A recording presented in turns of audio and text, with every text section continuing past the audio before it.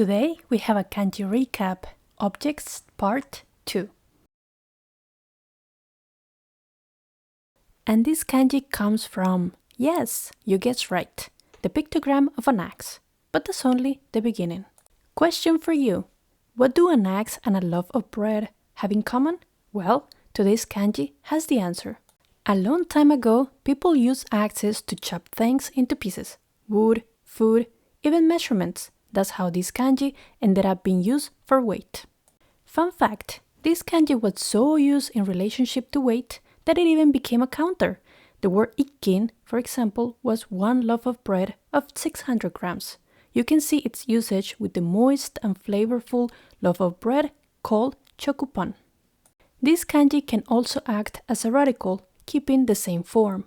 The two examples I have are atarashii, which means new, and kiru, which is to kill a human using a blade. This kanji has just one own reading of kin. The example is kinryo, which means weight. The sentence example is kinryo te nani? Kami no atsusa o arawasu tan'i ni tsuite kaisetsu. What is kinryo? Explanation of the unit of thickness for paper. Do not confuse. Axe and heel are pretty similar, but the bizarre thing? They don't even come from the same origin. Heel also has the extra stroke on the bottom. This kanji has 4 strokes, and it has become a kanji with a lot of history and just one simple reading, which makes it easy to learn.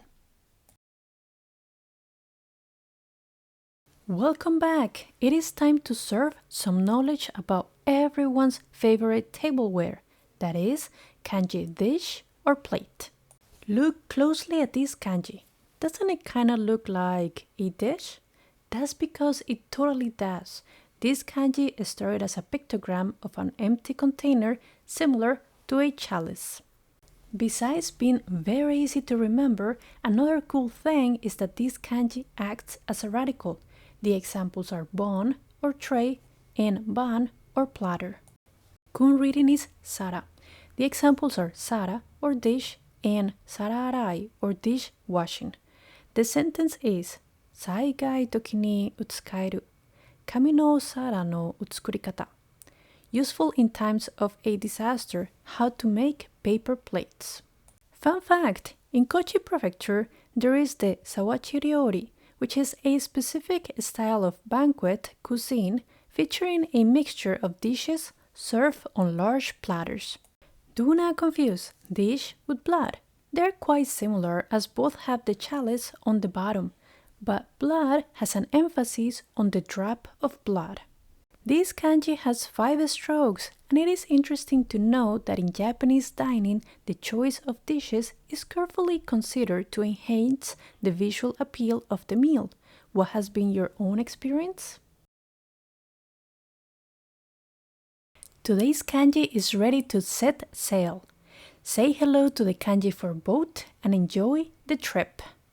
This character is one of the earliest Chinese characters, and it is purely a pictogram that clearly shows a simple boat, most likely made with wooden panels.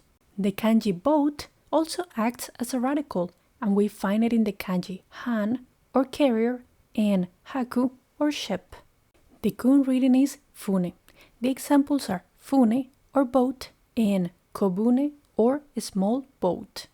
Fun fact! There are 2 kanji used to mean boat.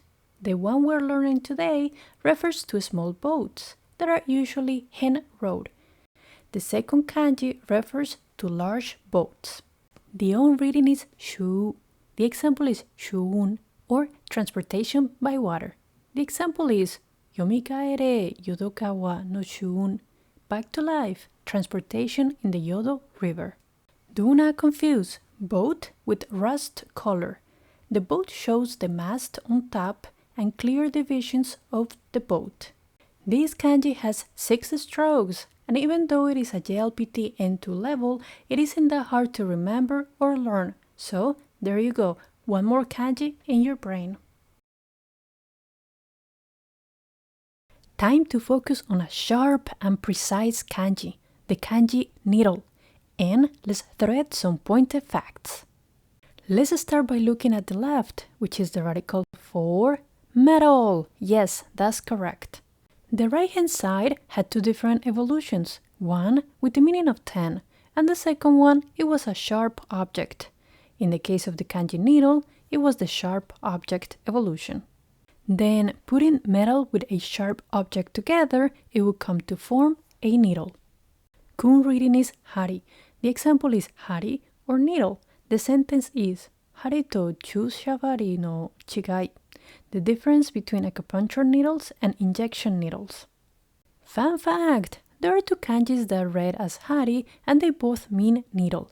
However, the one we're learning today is the one for sewing needles and things shaped like sewing needles. The second kanji is specifically used for acupuncture. The on reading is shin. The examples are hoshin or plan of action and shinro or direction. Do not confuse needle with nail. They look very similar, but the right side is different. Just remember that your needle has what looks like the number 10. This kanji has 10 strokes, a rather simplistic kanji with so much history. Who would have thought that there is so much going on with kanjis?